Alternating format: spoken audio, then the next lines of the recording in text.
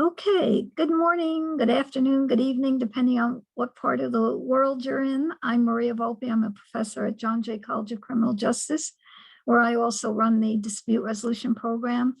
Welcome to this monthly breakfast that is co-sponsored by the Association for Conflict Resolution of Greater New York and the City University of New York Dispute Resolution Center at John Jay College of Criminal Justice.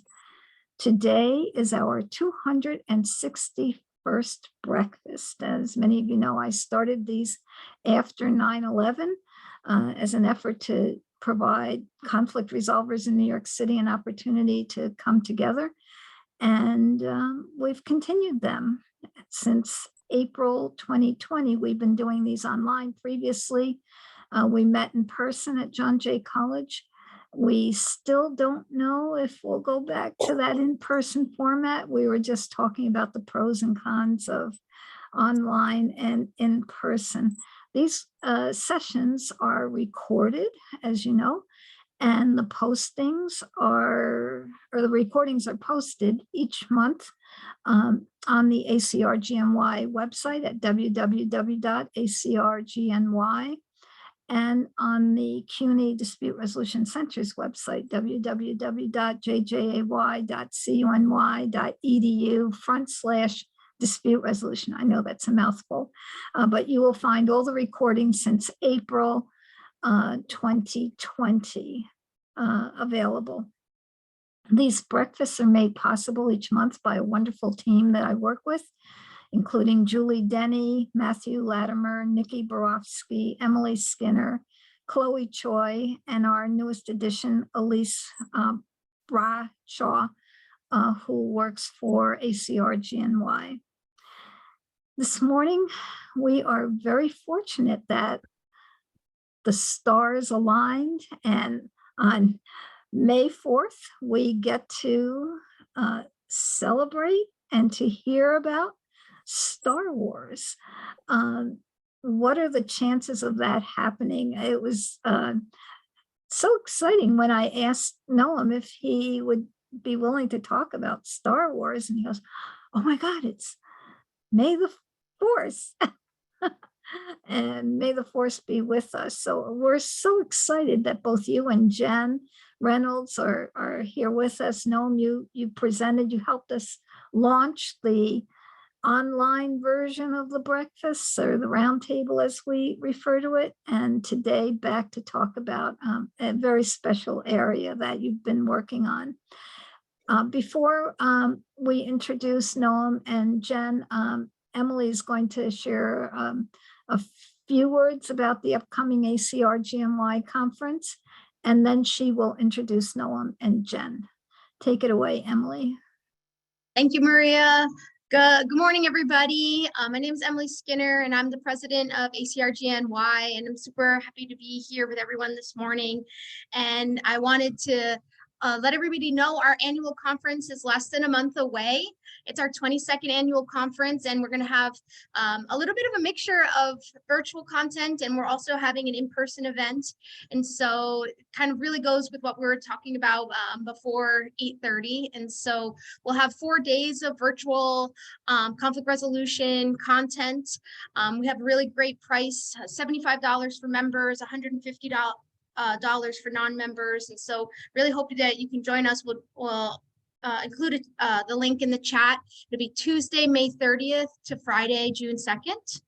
And I'd also like to invite you, I know there's been a lot of conversation about how are we going to have the breakfast in person or not, but we can have an opportunity to get all together, because ACR-GNY and the CUNY Dispute Resolution Center at John Jay College are having an in-person event as part of the conference. And so we'd love for you to join us at John Jay College for a panel discussion, navigating uncertain futures at the speed of need.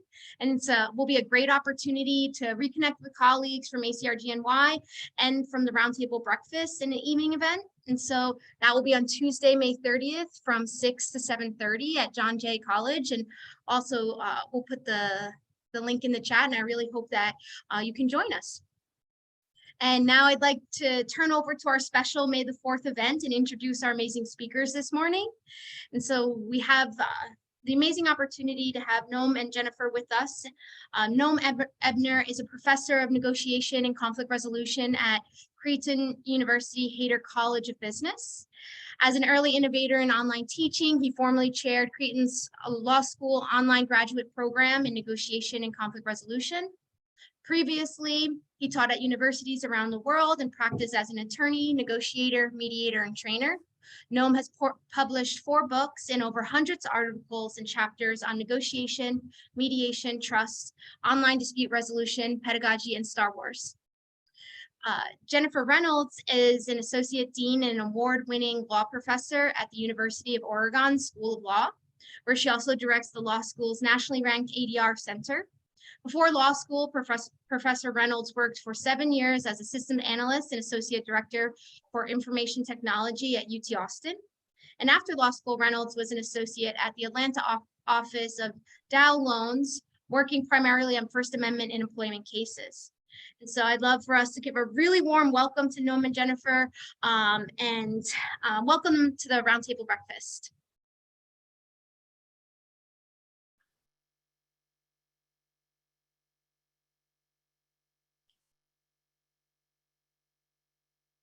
Thank you, everybody.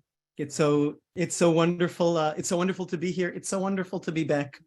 I do my best to come to as many of these roundtables as I can. Usually to lurk, sometimes to walk and listen, as I know some of you are doing now.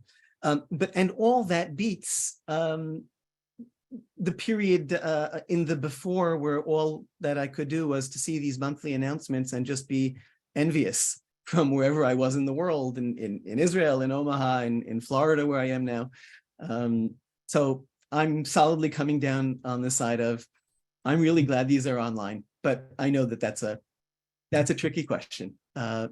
So happy to be here. So just a little bit about the project we're doing before we jump into what we're here to do today. So I've wanted to write something about Star Wars and conflict resolution ever since the first day of my first mediation class 20-something years ago. It just seemed like, oh, like, of course. And I waited until I would, at first until I would actually have something to say, and then until I would actually have the space in my mind to do it. And like many things in the life of someone, when I finally turned to academia, I turned into well, that's a post-tenure thing. And solidly, because it's not something that will necessarily help you get tenure. And in some crowds, even the opposite. But along the way, more importantly, I wanted, instead of doing it for fun, I wanted to do it for different reasons. And I met Jen. Jen and I have been talking, playing, and working together in different ways for over a decade. Neither of us remember precisely when we started, but one thing we do remember is we gradually became aware of A, just how much of a nerd the other one is, and two, is that we both wanted to do something with that.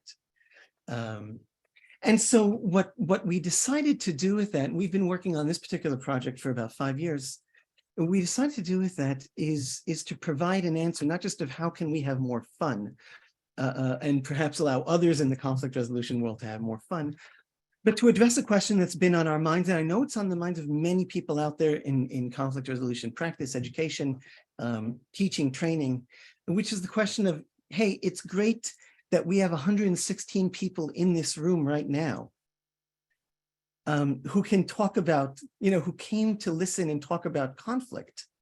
But what about, the other nearly 8 billion in the world who have never studied our courses, never read our books, never even thought about this. And as we all know, we could all use a little bit more of this in our lives. It's not just for our professional lives. It's not just for us as lawyers, and it's not just for us as business people, or for us as, name your profession. And it's also not just for us as mediators. This is knowing this stuff is it's a life-changing resource. And when done at scale, it can be a world-changing resource. There, I've said it. Okay, I'm into world peace. And so this seemed to us to be one vehicle for that. If you take, nobody's going to buy our books on negotiation or conflict resolution. And when I say nobody, maybe 100 people will buy it, maybe 1,000 people will buy it. Most of the people who buy it will leave it on the shelf and not read it. But if we look for phenomena that have ready-made audiences of millions, or tens of millions, or hundreds of millions, as 75% of the adult population of the US have seen some of the Star Wars movies. That's a big number. So if you could find a way to connect that, to hitch the wagon of conflict resolution to that engine, then we might be able to touch people at a different scale. That is the purpose of the Star Wars and conflict resolution project, and of the sort of what we call the larger pop culture and conflict resolution project, to find those engines and figure out how to connect with them in a way that addresses the general population and not our peers, colleagues, trainers, teachers, practitioners in the field. So before turning it over to Jen, I'll just say that if you came here, even though Star Wars specifically isn't your jam, that's fine. This might get a little specifically nerdy as we go along. We'll do our best to explain the examples as we go along.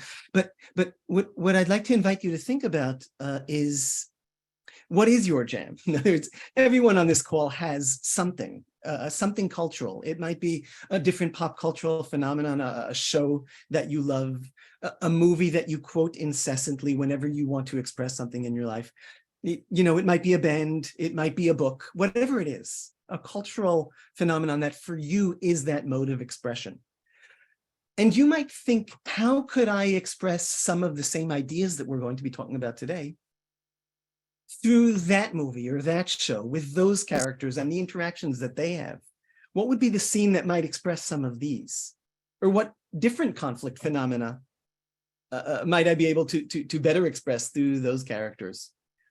Feel free to share some of that and everything else in the chat. I love the lively chat we always have here. And I know that Jen and I are always looking for new ideas, both on Star Wars. Everybody has their own take on Star Wars. So on Star Wars and on conflict, feel free to flood the chat. But also if you have ideas for other pop culture, cultural phenomenon that would make that point as well or better, pop that in there.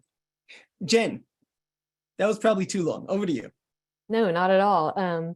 Well, thank you so much. Let me add my thanks to Maria and to everyone for having us here at this Roundtable Breakfast. I'm new to the group, and so I'm very excited. I've already gotten so much out of just the email exchanges that you all have. So thank you. We're very happy to be here. And I've got to say it, May the 4th be with you. So in case I forget later. Just to follow up before we get started with some specifics about our current project. Our first book was published this past December with DRI Press.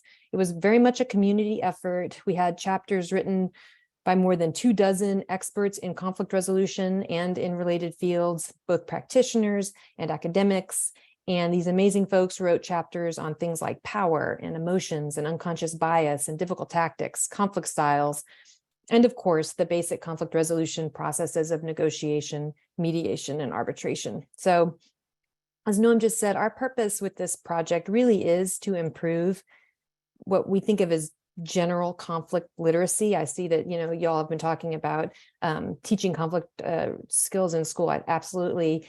And we think of conflict literacy as this ability to understand and analyze conflict and negotiation more effectively, to be able to take constructive steps toward resolution, or at least conflict management. So we have a second book in the works. This book is going to build on many of the same topics while adding quite a few more.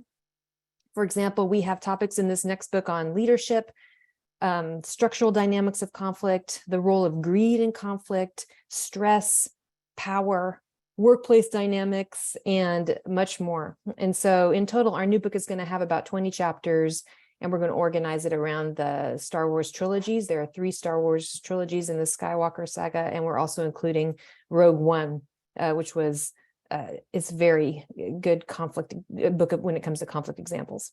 So we're very excited about this next book. It's hard not to think about a third book, but we don't want to get ahead of ourselves. So that's the what and the why of this project. Given the audience today, we were talking about what we wanted to do, and we decided we wanted to think a little bit about the how. That is, we want to focus on some of the themes of Star Wars that are particularly relevant to mediators and conflict professionals. Now, you might be wondering what these themes might be, and I wouldn't blame you if you were wondering, because certainly when it comes to mediation, there really are no good examples in the Star Wars saga of a mediation process.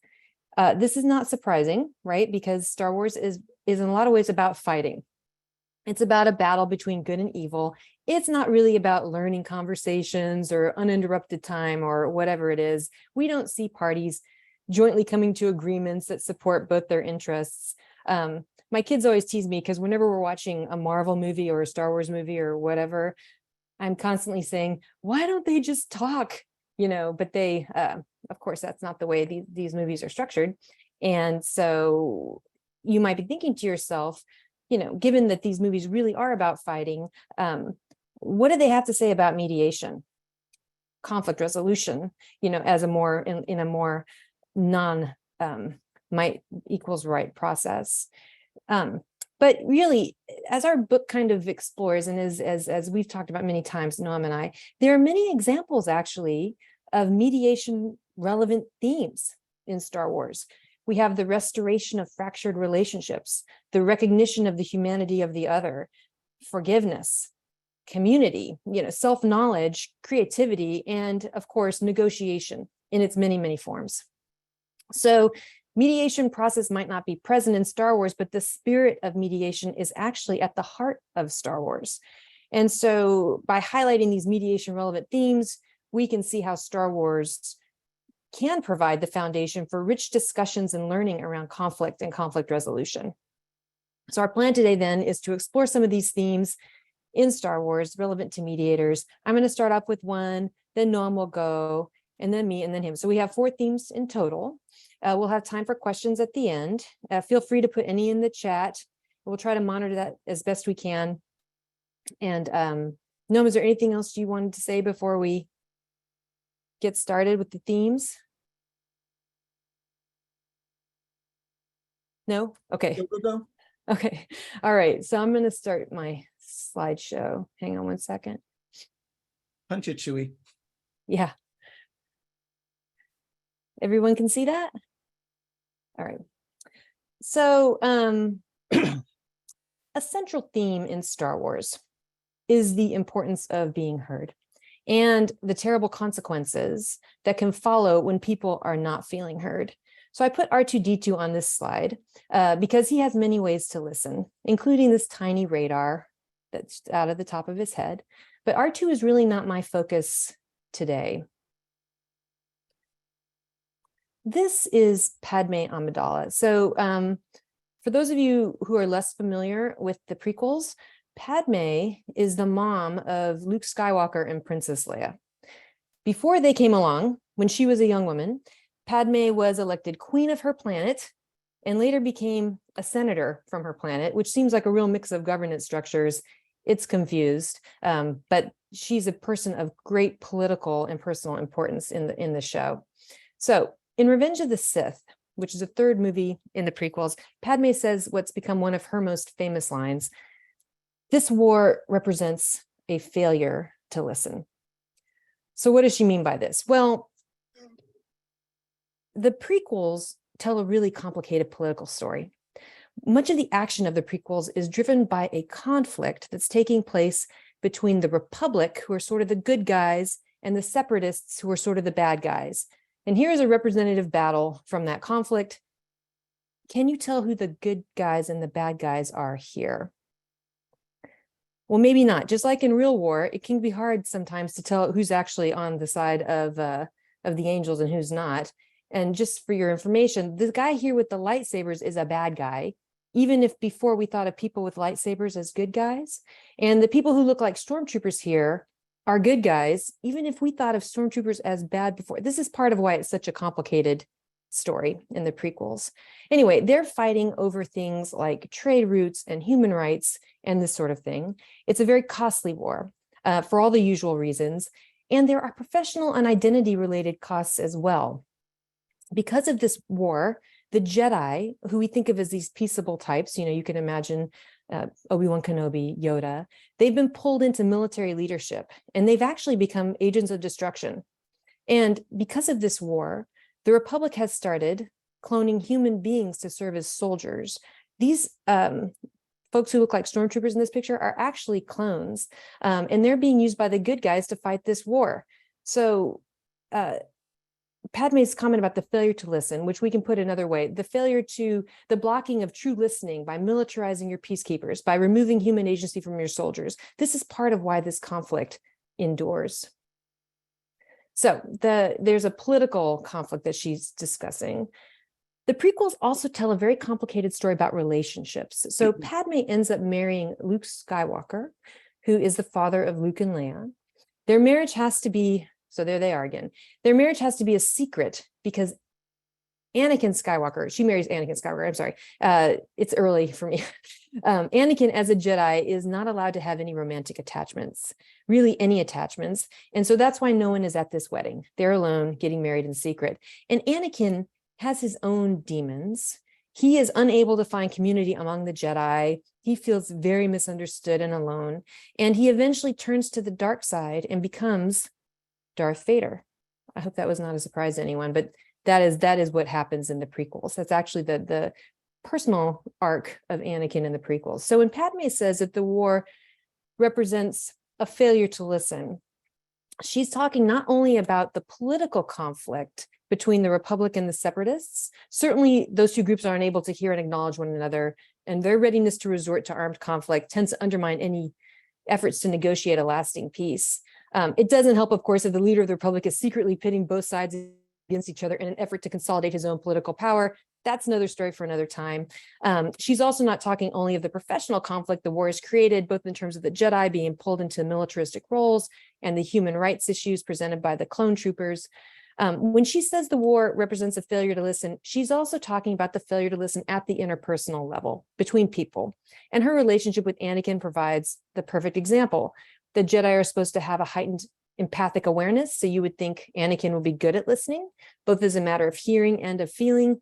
But that's not the case, as we see over and over in Revenge of the Sith. So just to share some examples of their interactions. At one point, Padme tells Anakin of her concerns about the Republic. What if our democracy is not what we thought? What if we're the true enemy here? What if we become the evil? Rather than listening to understand, Anakin just snaps back dismissively, "You're sounding like a separatist." So he pulls her into the position of the enemy. He cuts off deeper examination of what is actually a very problematic political situation, and an opportunity to improve things dissolves. Later, a very anxious and stressed Padme tells Anakin she wants them to go away, focus on their child. But rather than listening to understand, Anakin just changes the subject back to his goals vis-a-vis ruling the galaxy, which, to be sure, is not one of Padme's goals. But he is obsessed with developing, with seizing this power. And then as the movie builds towards a climactic battle, Padme tries to convince Anakin one last time to come with her. Anakin sees Obi-Wan Kenobi disembarking from her ship. He becomes furious. He can't listen to what she's saying. He just assumes wrongly and inexplicably that she and Obi-Wan are somehow in cahoots. Padme tells him truthfully that she didn't know he was on her ship, but rather than listening to understand, Anakin calls her a liar and force chokes her.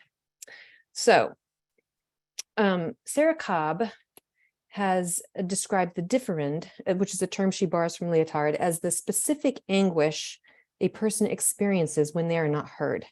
Trying to speak to someone and having that person absolutely not register what you are saying is not only frustrating, it is dehumanizing, because it's like you're worthless. It's like you're powerless. You're unimportant. As Cobb puts it, the flattening of the other is a narrative form of dehumanization, for indeed to be human is to be constructed as having intentions and emotions. This in turn contributes to create the differend, the suffering that accompanies not being heard. And the dynamic that is then set in motion is all too familiar. Speakers speak, but there is no evidence, no trace of conversation in that speech. And it is as though they did not speak at all. And so this brings us, of course, to one of the tremendous benefits of mediation. As we know, the mediator can mitigate the differend, not just by hearing the parties, because even if they can't listen to each other, they're at least heard by the mediator, but also by surfacing the importance of listening and modeling good listening behaviors. In this way, the mediator not only promotes the information sharing so crucial to integrative dispute resolution, but also empowers the participants and supports their self-determination. Because we all know it's not enough just to be allowed to speak. It's the hearing that makes the speaking matter. In the law, we don't call it the opportunity to speak. We call it the opportunity to be heard, because what's valuable is that somebody hears what's spoken. So Padme was in a highly sensitive political position, and she was secretly married to someone who had very serious issues, to put it mildly. She had people around her, but she was isolated. She could not make Anakin hear her. She had nobody else who could meaningfully listen to her. So in the story, Padme dies soon after the last encounter with Anakin, after he force chokes her, pretty much right after giving birth to Luke and Leia. Anakin's force choke did not kill her, though. She is dying for no apparent reason. The medical droid here suggests that she has no will to live. There are many fan theories about this, but one interpretation is that she's literally dying of sadness. She is dying of a broken heart. It's a poignant illustration of the deep and searing pain of the differend. So listening truly matters. And we see this listening and not listening theme emerge at key points throughout the saga. Obi-Wan Kenobi listens to Han Solo when they're talking about what people's interests are around this possible trip to Alderaan, and they end up being able to make a deal. C-3PO listens to the Ewoks. He hears what they value. He hears what they've experienced, and thus is able to foster an alliance. Captain Phasma does not listen to or empathize at all with Finn after his traumatic first battle, and he ends up deserting her command and the First Order. Poe and Holdo, you don't really need to know who these people are if you don't, because the point is they don't listen to one another when the fleet is in dire straits, and a mutiny breaks out. So the takeaway here, as in conflict management and conflict resolution more broadly, is that listening creates the conditions for possible agreement, and not listening carries risks. There are risks of misinformation, risks of betrayal, and of course, the negative psychic consequences of the differend. So with that, I will turn it over to Noam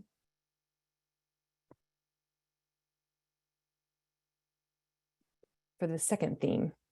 Ooh, Noam, whose camera turned itself off. Hello, sorry there. Thank you, Jen. Okay, I'd like to spend the rest of our time just responding to what you said and piggybacking off it. But instead, I'll simply piggyback off one of your points of departure was that it's there are no set piece formal structured mediations in Star Wars. And so when we decided when we chose mediation generally as our topic for the day, sort of knowing, I know that the roundtables cover, such a broad span of topics in the conflict world, but also knowing that perhaps if we did a professional poll of everyone here, then probably mediator would probably be, the most commonly held profession and the thing that is on many people's mind. We said, let's go for mediation. And that is, it would have been much easier to discuss negotiation in Star Wars or conflict dynamics in Star Wars. And the interesting thing is that because it doesn't lend itself to discuss it in a very set piece way, it means that you have to watch the movies with a different filter on and also think about mediation with all sorts of question marks. You have to break it down in new different ways in order to find the connections. And this is actually something that we had hypothesized would happen in the book. Ahead of our first book, we thought that not only would people figure out different ways to write about Star Wars, but that people would think about new ideas in conflict as a result of having to work with this material, which, they don't get to choose their examples or make up their examples. They, they're facing a scene and they have to wonder what's going on there. And what if it doesn't fit your go-to model? What else might be happening out there? Maybe something else is going out there. And indeed, we had that, not surprise, but again and again, we saw people coming up with ideas and dealing with new conflict topics just as a result of that friction. And we're looking forward to more in the next book. So all that to say, even just preparing for this session was a question of working through conflict issues once again, with question marks over all of it. I'm going to share my screen and talk about the angle through which I'd like us to start looking at Star Wars. I'm not going to start with Star Wars. I thought about, I started with our galaxy. I started with our world. And I thought about, okay, so if we're not going to look at set piece mediation structures, 3 people in a room, breaking down mediation into certain components, what might be interesting to talk about, and also be, have examples to work with in Star Wars. And one thing that came to mind as I was watching Return of the Jedi, episode 6 is back in theaters this week. It's 40 years old this week, which means that I'm 50 years old, and a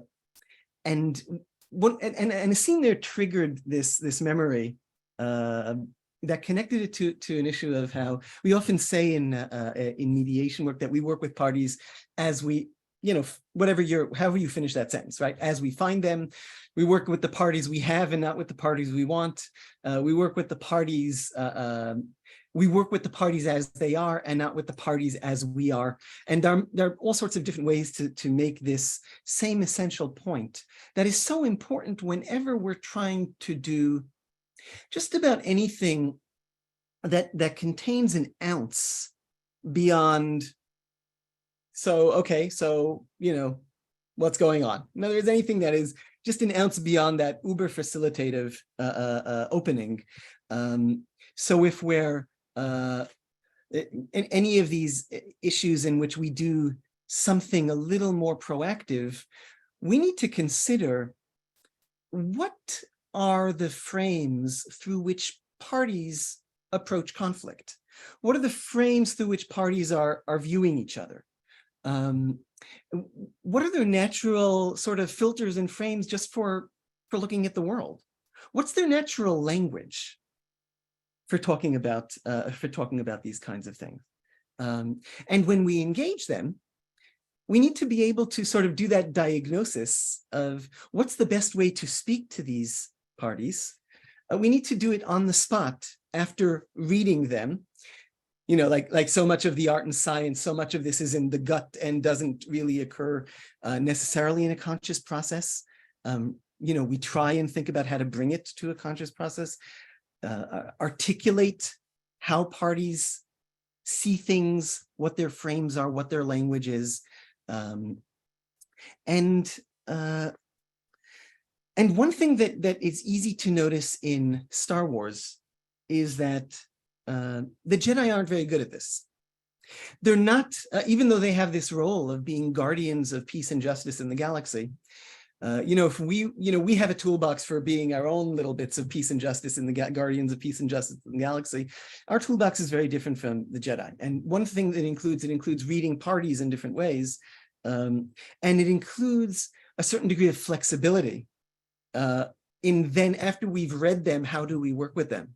The cautionary tale, some of the cautionary tales we tell in mediation training or ongoing learning is of the one-trick pony mediator, and we try not to be that. And the Jedi, to the extent that they do negotiate or that they do mediate, particularly mediation, they are a one-trick pony, and they're also a one-move pony. In other words, they give it one shot, and then they stop.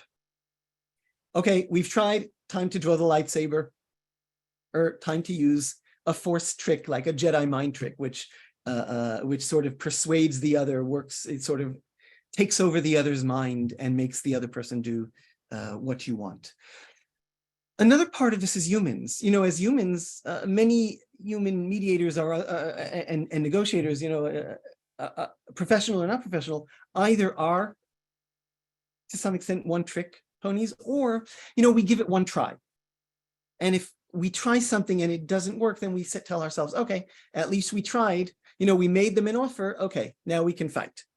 Or, you know, we did things in a flexible way. It didn't work. Let's go back to the set piece way of doing things. So I'd like us to view a clip together. I hope it will work. Technology always fails just when you're counting on it. Let's hope that this works. The scene that we're going to see now is from the beginning of episode 1. It's a scene in which there is, for whatever reason, let's not get into it. There is an army of droids, of robots, that is invading a seemingly peaceful planet of Naboo. It's the planet of which Queen Amidala, Padme, that Jen introduced before, she is the queen of this planet. The droid army is invading. Qui-Gon Jinn and Obi-Wan Kenobi, 2 Jedi Knights, are there sort of by accident, certainly in the middle of the invasion. They didn't, sort of by accident, they had gone there to mediate the conflict and found that, you know, that nobody was waiting for them to mediate the conflict. They find themselves on the ground, and they also find themselves in contact with an entirely different population than the one they had thought they were going to speak with. They found that there's a second sentient population on the planet of Naboo, a race of creatures called the Gungans.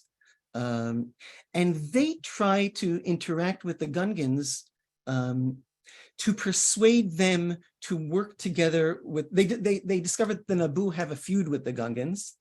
The humans and the Gungans have a feud between them, and they act as peacemakers in this sense, sort of in shuttle diplomacy, working with one party in order to persuade them to work with the Gungans. I hope this is more or less clear.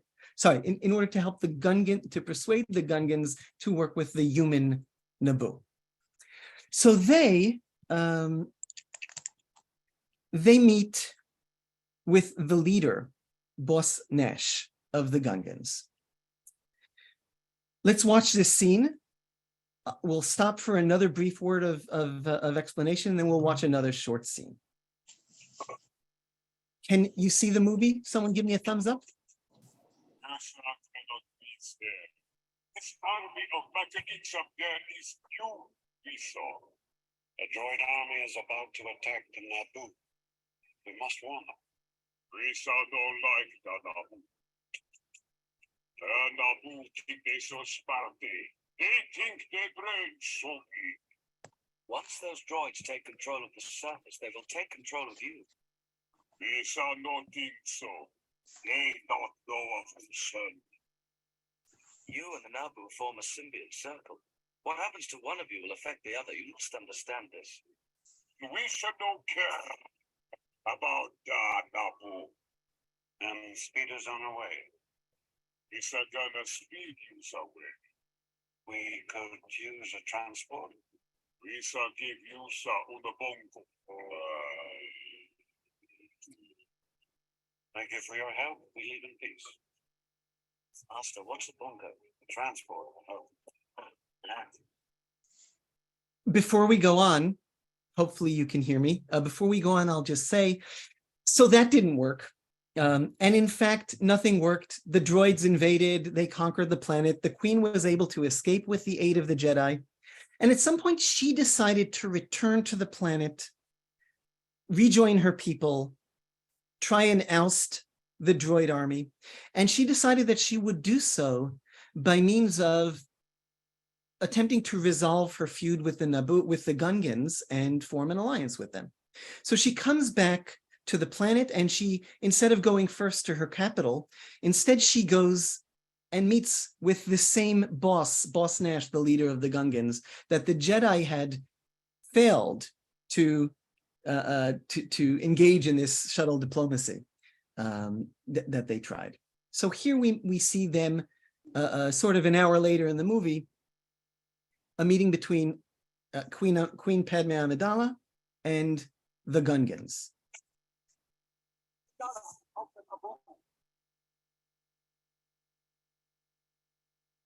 I'm Queen Amidala of the Naboo. I come before you in peace. Ah, Naboo people. Musa bring them back on the Musa all Bombay. We have searched you out because we wish to form an alliance. Your Honor, Musa I am Queen Amidala. This is my decoy, my protection, my loyal bodyguard. I'm sorry for my deception, but it was necessary to protect myself. Although we do not always agree, Your Honor, our two great societies have always lived in peace. Trade Federation has destroyed all that we've worked so hard to build. If we do not act quickly, all will be lost forever. I ask you to help us. No, I beg you to help us. We are your humble servants. Our fate is in your hands.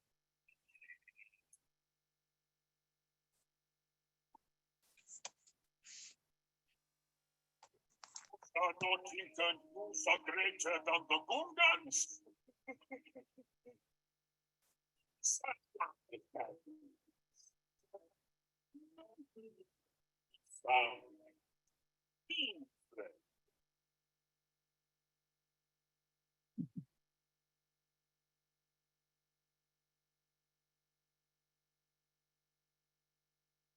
So if anyone here has never seen a full-blown, peace agreement when peace breaks out all of a sudden in real time, so now you're one step closer. Of course, we've all been in that moment in the room, and we know both the tension of how to, of obtaining it and also the release after it happens. But when we look at the process of obtaining that, feel free, there's a lot to unpack in that scene, or 100 different directions to take that. Feel free to throw your own ideas, even if they're unrelated to what I'm talking about, into the chat. But what I want to focus is on, again, on that notion of working with parties as they are. And I want to contrast what Obi-Wan and Qui-Gon did in the first scene to what Padme Amidala did in the second scene. So notice how Qui-Gon, the elder Jedi, he just walked in and he told the Gungan leader what he needed to do. He said he was directive, and in terms of sort of mediation style, and in terms of sort of expression style, he focused on action and on the future. Hey, you, this is what you need to do now, soon, okay? You need to reach out to the Gungans and warn them, and then work together against this invasion. When this didn't work for him, because the Gungan said, no, he didn't really try a different tack. He largely just gave up, right? And his next sentence at the end of the scene was, we need a ride. And he used a Jedi mind trick, a coercive method to get what he wants in order to get that ride. Obi-Wan, the younger Jedi, he seemed to change tack. He did something completely a bit different. He was also directive in the sense he was using a scare tactic. He said, once they take over the surface, they're going to come for you. But the only thing he did in addition to a scare tactic was he used a very logical and rational and cognitive approach to conflict, and told them, you and the Naboo form a symbiont circle. You must understand what happens to one of you will happen to all of you. Notice how up here his language is. Even the you must understand, sort of taking a logical conclusion and forcing it into, that particular part of the brain that deals with it. When it failed, he did it twice. He had two expressions. When the first one failed, what did he do? He doubled down on the cognitive expression, and it didn't work. And so they left. They essentially failed in this effort for some degree of subtle diplomacy. One distinction we see, it appears in the negotiation literature, but I'm sure you're all familiar with it in the mediation room, is the difference that some negotiators tend towards logic and towards data as persuasive mechanisms, and others tend towards emotions and towards storytelling. So you might call them, and sort of in my mind, when I'm roughly categorizing them in a mediation room, I note, okay, this is an engineer and this is a storyteller, right? And of course, not to put anybody too solidly into a box, but you know them when you see them. And neither of them has an advantage in conflict or negotiation. It's just, we frame differently and we persuade differently, and different things persuade us. And of course, when we're working with parties, we need to work with them through their own frames. And of course, parties might have two completely separate, there might be an engineer and a storyteller. And then our challenge is, how do we work with them both? Sometimes, how do we work with them both at the same moment, in the same room? And if we miss our cue on working with them, we know that we need to adjust and try again, and not double down, right? Now look at Queen Amidala and her efforts. Now she was here as a party. She wasn't here as a mediation. She was here as a party to a conflict. Note what happened. She had originally designated her double to deliver, again, a future-oriented action plan. I'm Queen Amidala of Naboo. I've come to form an alliance. Let's kick them out of here. That's exactly what had failed for the Jedi, and Amidala noticed that like 3 seconds in to the double delivering her speech. So she stepped in and she shifted to an entirely different form of engagement. And her second form of engagement was storytelling. He said, true, we haven't always gotten along, but we have lived in peace, right? This is our story. Maybe we're not best friends. We have lived in peace, and we have this larger enemy who's going to threaten everything we build. Work together with us and we'll be able to write the new story of Gungan human Naboo relationships. And that's one in which it's a more egalitarian, or you're above us if that's necessary. We can rewrite that story. So it's a very storytelling oriented approach to this. And this is something that the Gungans could relate to. And it passed through those resistant filters that the leader started off with. And it actually ended up with, a Misa like this and maybe Wisa being friends. So a couple of points that struck me while thinking about this, in addition to the dealing with parties as we are and through their frames, is that the Jedi never stopped to ask themselves, why didn't this work? They never stopped to ask themselves, why didn't this work? If they had stopped to ask themselves, why didn't this work? They might have actually told that to Amidala sort of as a conflict coach. You're about to meet the leader of the Gungans. Here's what didn't work for us, maybe try something else. But they were not in any way, they weren't that insightful. They didn't bother being. But so I don't know what they were thinking about the Naboo.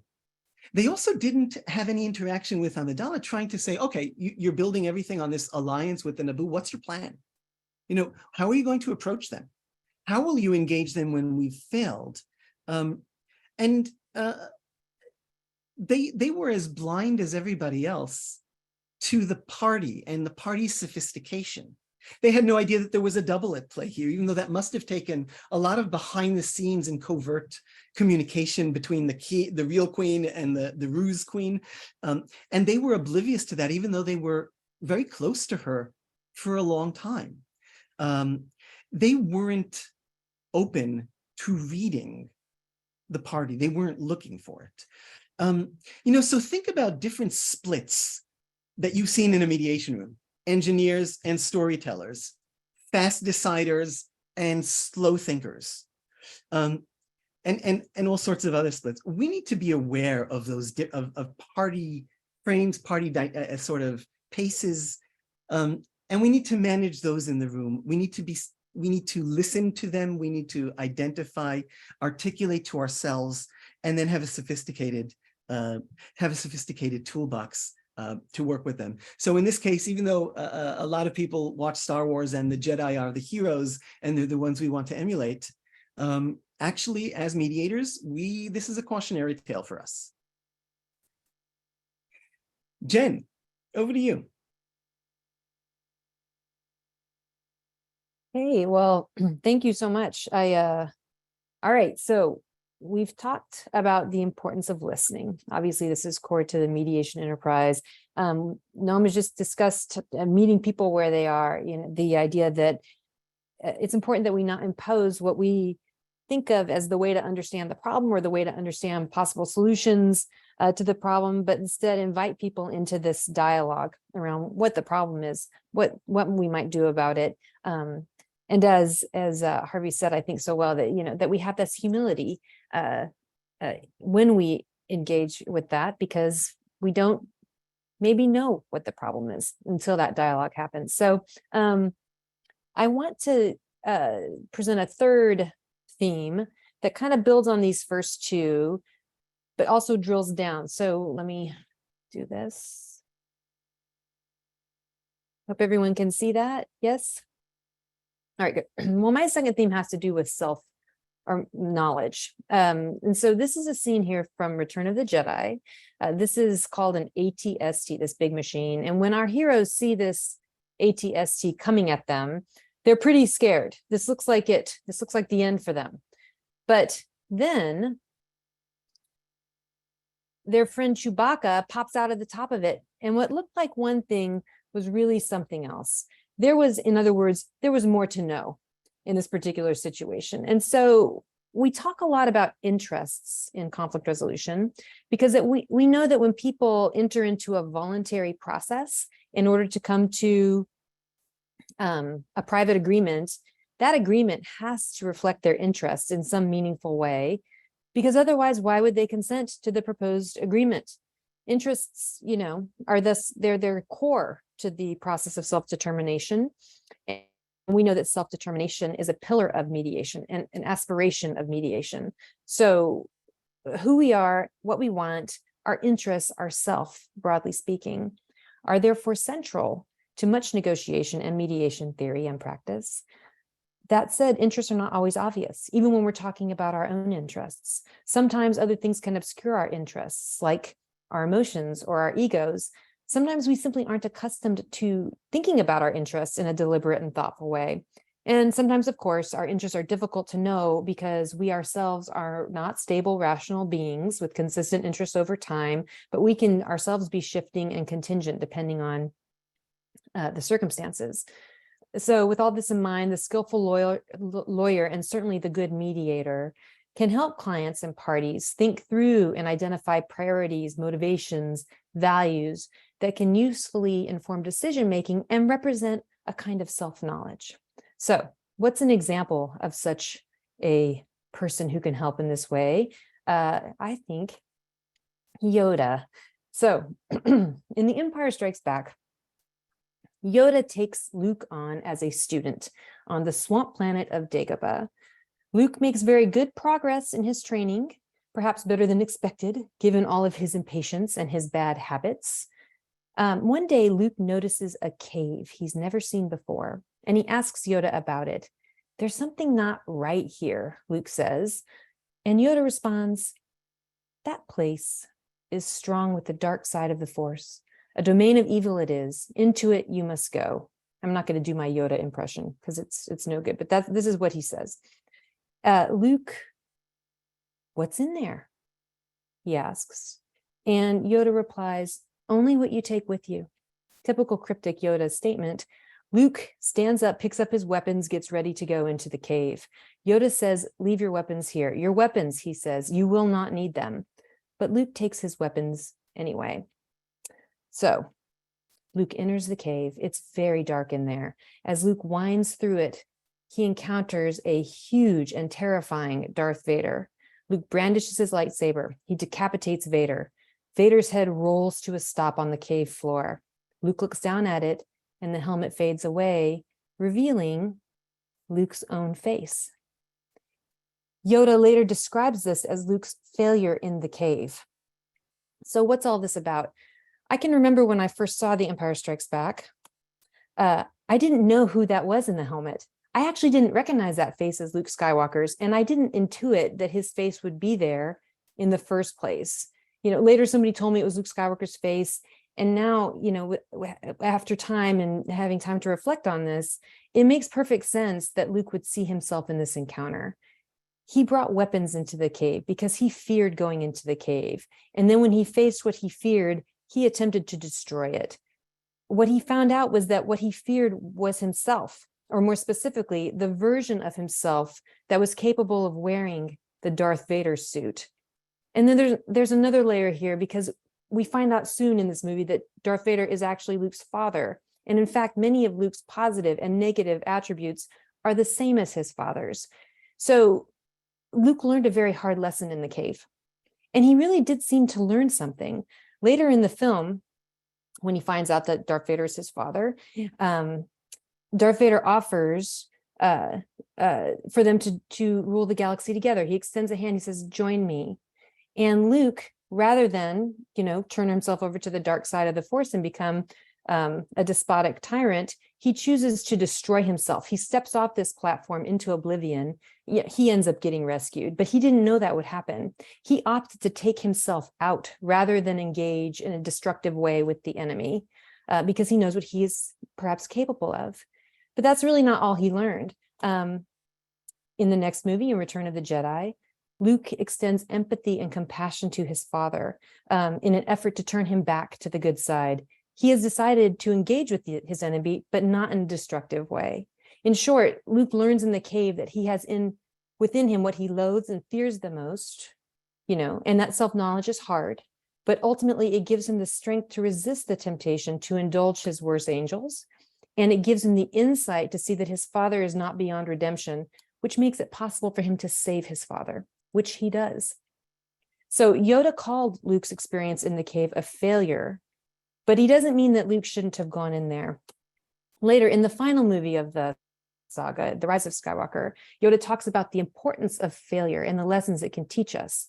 The way failure teaches us is by showing us the gap between what we thought was true and what we now see as true, or at least more true than our original thinking. And so in the context of self-knowledge, this failure is the blow to our self-image that we get when we're confronted with information about ourselves that doesn't line up with what we previously thought. And the lesson opportunity is to learn how to calibrate and integrate this new understanding, ideally updating our own self-perception and developing more empathy, more humility, more openness to change. So Luke's experience in the cave then ends up being vitally important to him becoming the person who can help save the galaxy. And interestingly enough, Luke is not the only one who went into an evil cave and received insight and self-knowledge. In the sequel trilogy, which are the sequel trilogy, the final three movies, the most recent ones, Rey, you see here her on the left, she's training with Luke. So Luke has become kind of a recluse, and now he has an apprentice in Rey. And she ends up getting directed by him to an evil cave, just as Yoda directed Luke to an evil cave. When she enters, though, she doesn't see an enemy. She sees herself, infinitely mirrored. And so for Rey, this inability to really tell which is the true Rey is meaningful. Rey was abandoned at a young age. She doesn't know who her parents or her family are. And it turns out that the truth about her family is pretty heavy, which is yet another story for another time.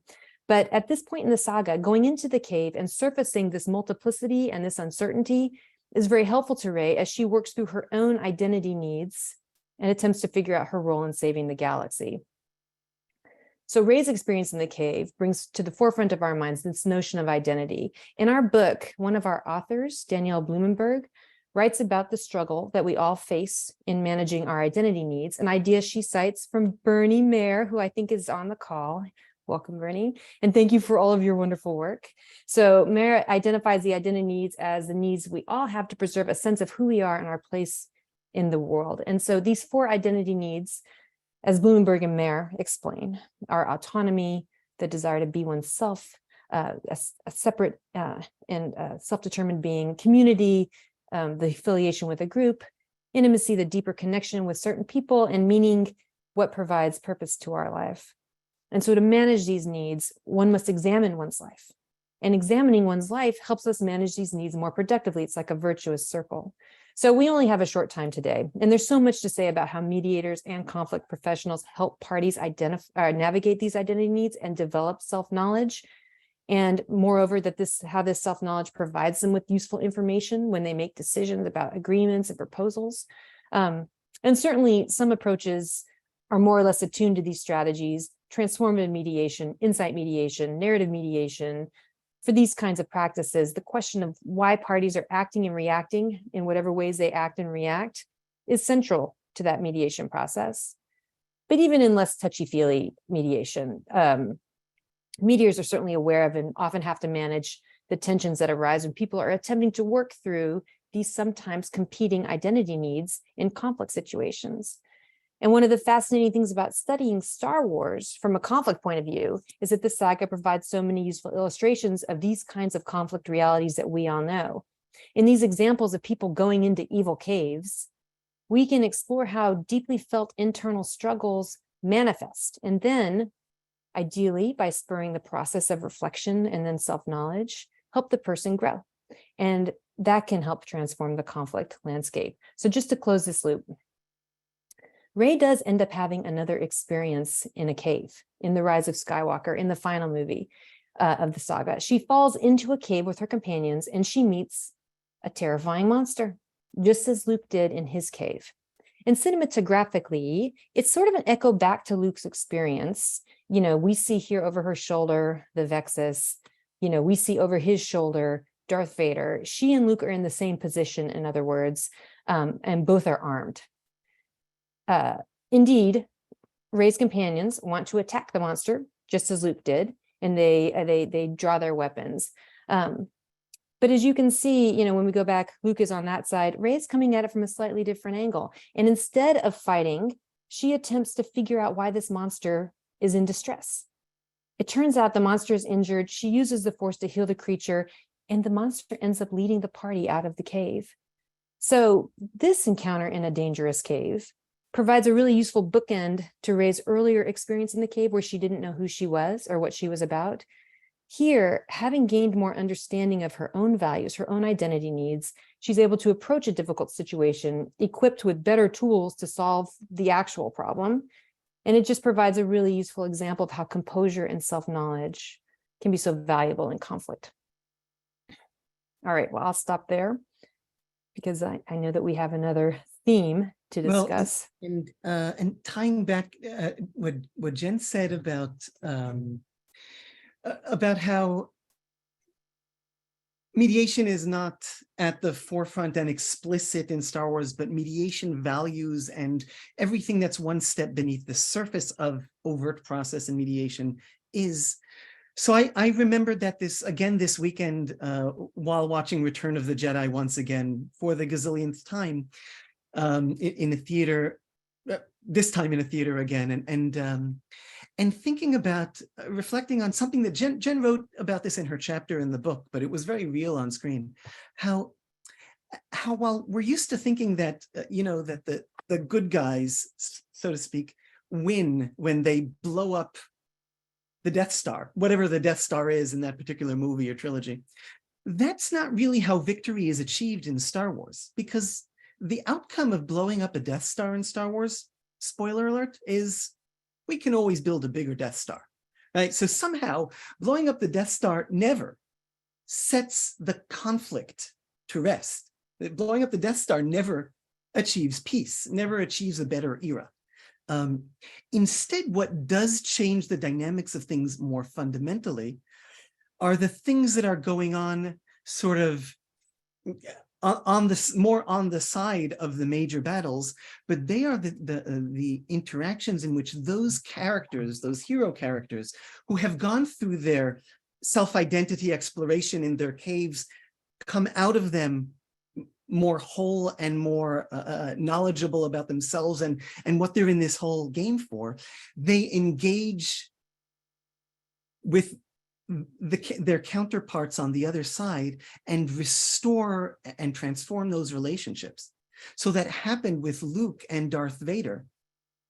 It was Luke transforming his relationship with Darth Vader that ultimately led to the fall of the Empire, and not the explosion of the second Death Star at the end of Return of the Jedi. The same happened to Rey. It was her relationship with Kylo Ren, who was sort of the ultimate baddie in that other in that trilogy. It was the transformation of their relationship that enabled them to overcome, whatever great evil and threat was going on then.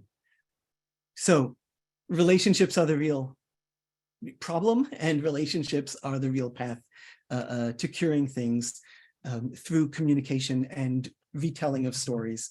And that's just stuff that is our day today. For a last theme, I'll talk about, now I will talk about this briefly, but one thing I thought about, again, breaking down, so what do I think, what are some of the things that I remember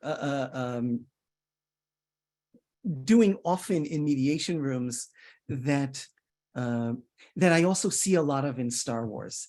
And I thought about a specific part of that also relates to the notion of as they are, not as we are, but it's the notion of the coaching that mediators often provide parties. Often this coaching is in separate sessions, sometimes before a mediation, sometimes during a mediation. Sometimes it's right there in a joint session in a room. So think about different points in your work that the role that you've played was somewhat of a coaching, and it could be a conflict coach, and it could be a negotiation coach, and it could be a more broader life or problem addressing coach. But this is, I think, a sort of a specific aspect of our work in conflict. And we're engaging this every time that we help our parties articulate their own goals, or even think about it for the first time if they haven't considered it walking in, as so many people don't. If we help them to choose a strategy that will help them, if we help them to consider what the other party's strategy are, if we suggest to them, they say, I'm going to tell them X, and we say, okay, how do you think they're going to respond to that? Maybe there's a better way to say it. I'm not changing your message, but maybe there's something else that will work through those filters. And all of those things that we do that are essentially a coaching function, the coaching function of our work. And Star Wars is full of people telling other people how to act in conflict. And I find this really interesting just to think about a lot. And sort of to wonder whether what's happening here is good, is bad, why did it work, why did it not work? Because when we take on the coaching hat in mediation, that's where a lot of the pitfalls in mediation occur. For example, the pitfall of providing legal advice beyond a certain whatever, beyond where you draw the line. It's somewhere in that coaching function. Over psychologizing. It's somewhere in that coaching function. Just signing sort of blank checks to parties, such as intimating, yeah, you can say that, you can trust the other party. Whether we say that or we just sort of let it be assumed in the room. We're coaching them that this is how it will play out well, or that this solution will actually solve your problem. Those are where some of the real pitfalls of our work exist. So where do we see this in Star Wars? All over the place. And I saw it in Star Wars mainly. I wrote my chapter in the first book was on the topic of conflict style and orientation, like this notion that each of us has an innate, ingrained approach to conflict. It's not up here, it's back here or in the gut. We each have this one style in which we approach most of the conflicts in our lives. Some of us are conflict avoiders, and some of us are competers. Some of us yield and seek to yield, and some of us are cooperators. And this is fairly well acknowledged in the conflict field. It's not without argument, but sort of the Thomas Kilmann model for talking about this came out just about the time as Star Wars, the first movie, came out. So it has at least that history and maybe a little more. When thinking about this in Star Wars, so one of the first times that I noticed this was in the scene that ultimately gave us the subtitle of our book, in which we see the first time the band of heroes. So it's at this point, it's Luke and Han Solo and Obi-Wan Kenobi, Ben Kenobi and Chewbacca. They're on their way to meet Princess Leia, and they run into an unexpected Death Star. And that Death Star tosses out a tractor beam, which is some force that drags them in to the Death Star and keeps them and is about to take them captive. And so, of course, Han says, right, they're not going to get me without a fight. Like, he's going to take on this battle station in his dinky, rickety little ship that's, you know, half falling apart. He's going to take on this thing that a minute ago was characterized as, it's a small moon in terms of its proportions. So he's going to fight it. And Obi-Wan just sort of takes that position on his shoulder physically and says, I know that that's your conflict style. You might want to rethink that. Is that going to work for you? And as we know, what he suggested is, don't fight. Instead, avoid, hide yourself in secret compartments you have on the ship. Live to fight another day, or live to escape and perhaps not even fight another day. And even though this is really counter to Han's personality embedded conflict style, Han played along with it. So this is an example of a successful, and it's interesting to see, and I'm not going to get into it, but many of you are familiar with the scene. Perhaps you think, why did that work? And why did that work perhaps as opposed to other scenes in Star Wars where it doesn't work, or situations you've had in the mediation room where you've asked someone, are you sure that you want to go with your gut on this one? Or do you want to think about this twice, and it didn't work? Another situation in that, just a few minutes earlier in that movie, we see Chewbacca and R2-D2 playing a game, what I'll call sort of space chess, right? It's a 3D holographic board game with like little players who are warriors who beat each other up instead of our static, inanimate chess pieces in our world.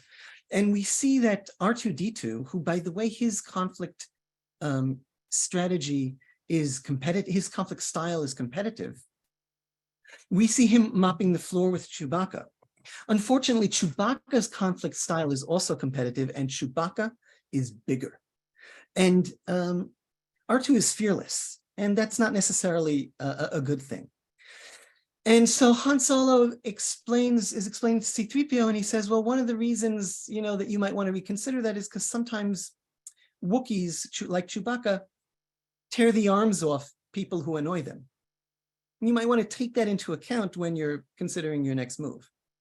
And so what C-3PO does is he essentially says, look, I know you're playing this game to win, R2, but I suggest a new strategy. Let the Wookiee win. So what he's doing in this case, it's one of the most explicit examples of all this in Star Wars, is he's recognizing, here is what I see you doing. You need to change your strategy or you're going to pay a price. He's very directive in this. But the moment warrants it, and perhaps that's what makes it so effective.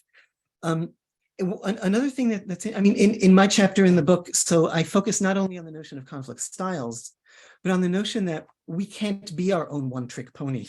We need to have the capacity to do different things. As negotiators or as parties to conflict, we need to know when our conflict style, whatever it is, competitive, collaborative, whatever, when it serves us well, and when it would actually be to our detriment to go with our natural style. And we need to adopt a different strategy intentionally. And that movement from style to strategy is it's what conflict parties are so often not able to do. It's what good negotiators are able to do. And it's one of the key things that mediators, often through that coaching, but sometimes through other mechanisms, are able to help parties do, to get them to consider, you're going with your gut here, okay, how has this served you so far, and is this the best way moving forward? Are there other options from a strategic point of view, and how you're going to approach this? And so it's really interesting to see this sort of so overt in Star Wars. And I'll just share one final scene in which this happened, and that's the scene in which about 20, 30 minutes later, and again in the same movie, in the first, not the first, but the oldest, episode 4, A New Hope. This is in episode 5. They are running away from Darth Vader in that same Millennium Falcon ship, and it seems that they have no escape. They're unable to kick into hyperspace or their light speed mechanism and escape, and they're about to be captured. And so C-3PO suggests that they need to change their approach. They're thinking about both competition and about avoidance. They're trying to run away, and they're also trying to think about, do we have a chance in fighting them? And C-3PO tells them, this is time to surrender. And their response was not to accept his coaching. Their response was to turn him off.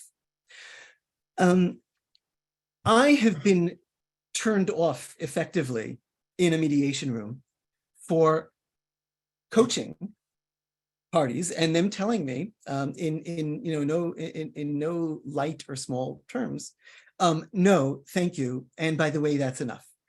Sometimes it's a polite, oh no, I'll do something else. And sometimes it's a no, I actually think that, whatever destructive path I thought they might be on, they said it's working for them, and that's fine. So sometimes they just say, no, that's fine. But sometimes they, they shut me down.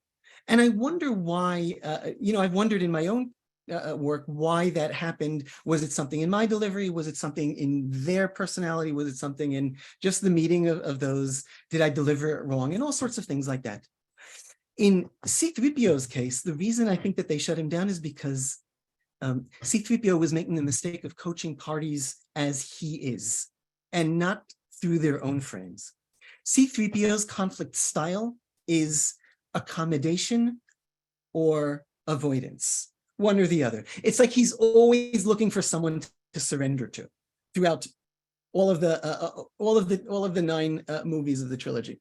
And so when they hear C-3PO say surrender, they're not hearing him say, well, I thought this through, and I think, that given all of the odds here, you might want to think. No, they just hear 3PO seeing this through his own lenses. And that parties can read when we do that. And when we do that, they shut us down. There are a gazillion more examples in Star Wars of people giving other people conflict advice in a coaching manner, either in the moment or a moment ahead. And it's really fascinating as you watch movies, whether Star Wars or other movies, to look for these moments. They're a lot more common in popular culture than sort of direct mediation of conflict, as Jen and I opened. But this notion of giving advice or slight micro guidance or larger guidance is all over the place in popular culture. And since that's such an important function of the mediator role in some approaches to mediation, I think it's really interesting to keep our eyes open to them as we go about our engagement with culture and pop culture in this world, and to learn from it there. I'll stop there, and what I'd like to do, unless Jen has any comments at this point, just to turn it over to you. Me? Well, I was if you want to go, you go, and No, I don't have any comments on that. That was excellent. So we know we have about 10 minutes, and so if there are any questions or anyone wanted to offer any thoughts, we would love to hear what you have to say.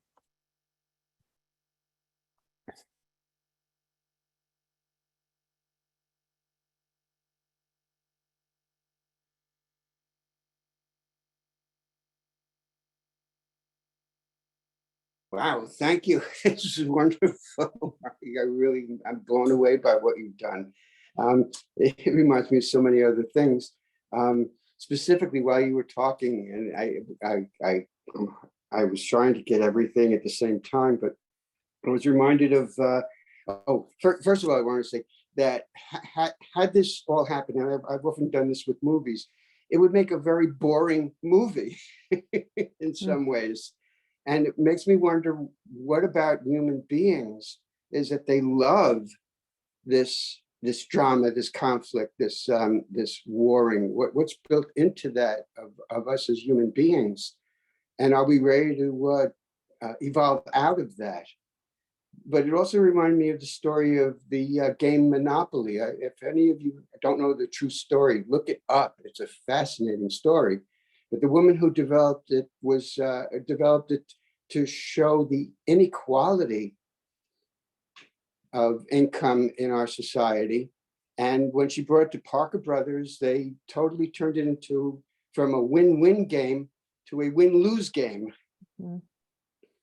And you're doing a remarkable thing. This book should be in children's classrooms, not even for mediators. I think this is a groundbreaking thing that you're doing. So thank you so much. Well, thank you so much for saying that. It's funny you should mention children. One of the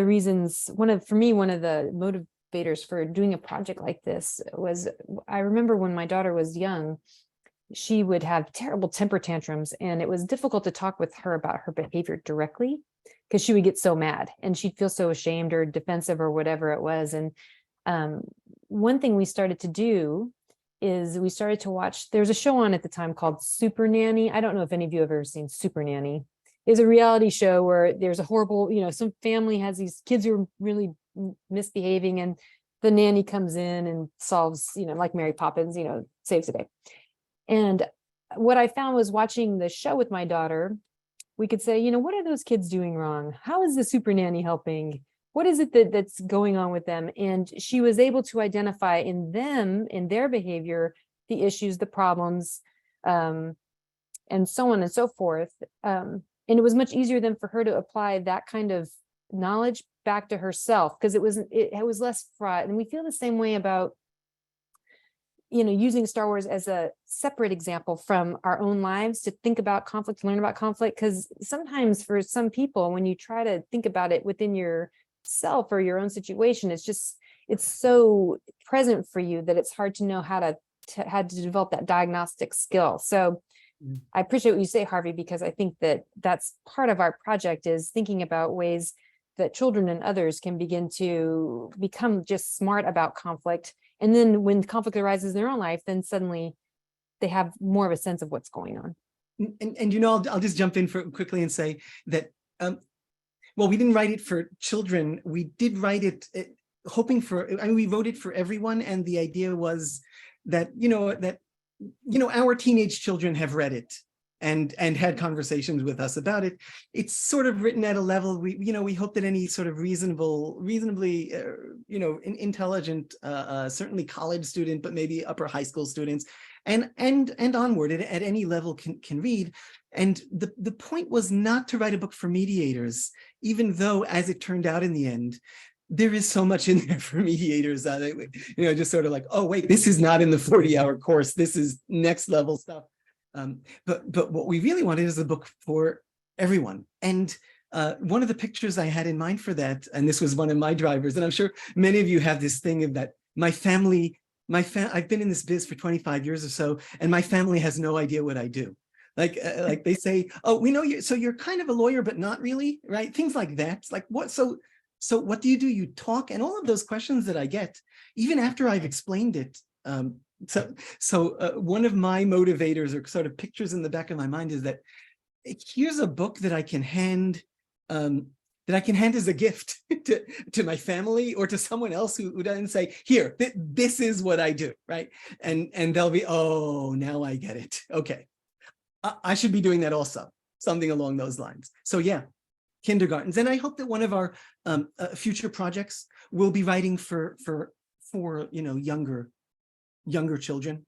So maybe we'll reach kindergartens. May the fourth be with you. Amen. I was just curious, have you done any training programs using the book or the concepts that you're drawing from Star Wars? I mean, actually using it as the basis for the training? So we both presented at virtually at a Comic-Con called Dragon Con with some other authors from the book. At the beginning, we said that was our main audience, Comic-Con people. And since then, I've presented at Comic-Con in Portland and one in Seattle. And some of our RAs presented at another Comic-Con as well, and then one of our authors. So we have been using the concepts to try to reach this Star Wars excited audience. And it turns out that it's been really gratifying. People are very interested in learning more about what it is that we all study and do. And so they just need to have a good kind of a way to latch into it. But yes, so we're starting that process. And I know that Noam and I did a CLE, and Noam just did one the other day, I believe. Yeah, so we've been doing we haven't gone into, let's say, sort of specific training. Here's how we're going to teach you negotiation through Star Wars in over the course of the next 8 hours. Hasn't happened yet, but that's part of the plan. So a whole branch of this is reaching out, let's say, to the general public through cons and other ways like that, and through books that appeal to a general public. Another arm of reaching a general public would be through courses, but not, let's say, courses that I would offer in my conflict resolution program at Creighton or other such like, in which graduate students of conflict resolution would take the course. No, if I put together a course, it'll be a course that I offer to undergrads from across campus who are studying anything, with the notion that, this will quickly become the most popular and enrolled course on campus, in any campus. And that's another way to reach this general public. So we're thinking about, we're working on different curricula for teaching this in different types of courses, and also thinking about doing it in different types of training. Because again, reaching the general public, this is something snazzy and exciting and beckoning that who knows what corporations might think about it. Yesterday, and Jen, I haven't even told you this, I was on the phone with someone seeking to offer it for sort of as a university course, but a non-for-credit university course. So it's something between, and mainly professionals come and take it. So it's something between a university course, but it's the type of weekend university course that is far more like a training, like a corporate training 2-day program than a theory-based course. And saying, yeah, that's what our graduates would like to hear. That's what professionals in our area who come for our professional trainings, that's the sort of things. So I think that there's both, a market is the wrong term, because we're in this for dissemination, but it's not about the money. It's about having another student is about having another student. Having someone buy the book is having someone who would never buy our negotiation book or come to our negotiation courses buy this book or be in that courses. So yes, training is on the map. And it doesn't have to be us. If any of you have that kind of client and you have enough Star Wars knowledge to sort of pull it off, talk to us. Let's work on this together, because we just want this out there. Yeah, have you ever just considered the possibility of just showing the film and stopping it at important break points and getting people to discuss what happened during that period? I used to do that. I did that with a movie called Groundhog Day. And with a small audience, they really got a lot of the message that was in there that's buried under the drama of the movie. Absolutely. And the movie Rogue One is particularly good, I think, for that exercise. I haven't done that yet at the law school, but I keep meaning to. It's hard to find a perfect time for that, because these movies are long, and when you break them, then it's going to be more. So, but yes, it's wonderful, and that's a great idea about Groundhog Day. And I did this years ago when I had a very motivated group of graduate students who, if you said, hey, I'm doing an evening activity. I'm watching Star Wars, and I'm gonna watch a movie, and I watch it in a room big enough for anyone who wants to show up. And if people are there, we'll stop and talk. And so it wasn't a class activity, it was a class extracurricular activity. 3/4 of the class showed up because they were that kind of class. And again, in this call just yesterday, I asked the organizer, I said, I want to understand how far you're willing to go with this in terms of, is this an academic or how do you see this? And I said, what if one day we'd just be watching 3 movies and doing this? We wouldn't be able to see 3 movies, but let's say 2 movies and doing exactly what you described. Are you down for that? And he said, absolutely. And I'm definitely down for that. Well, on behalf of all of us who've been on this call, thank you so much for a really, truly phenomenal session and getting us to think out of the box, to think creatively, to think new ways of introducing our field to others. How it's just really been an eye-opener. So thank you for doing this groundbreaking work on behalf of all of us. And with that, Nikki, do you want to turn off the recording? We always have a hard stop at 10. And I think I can probably. I can do it.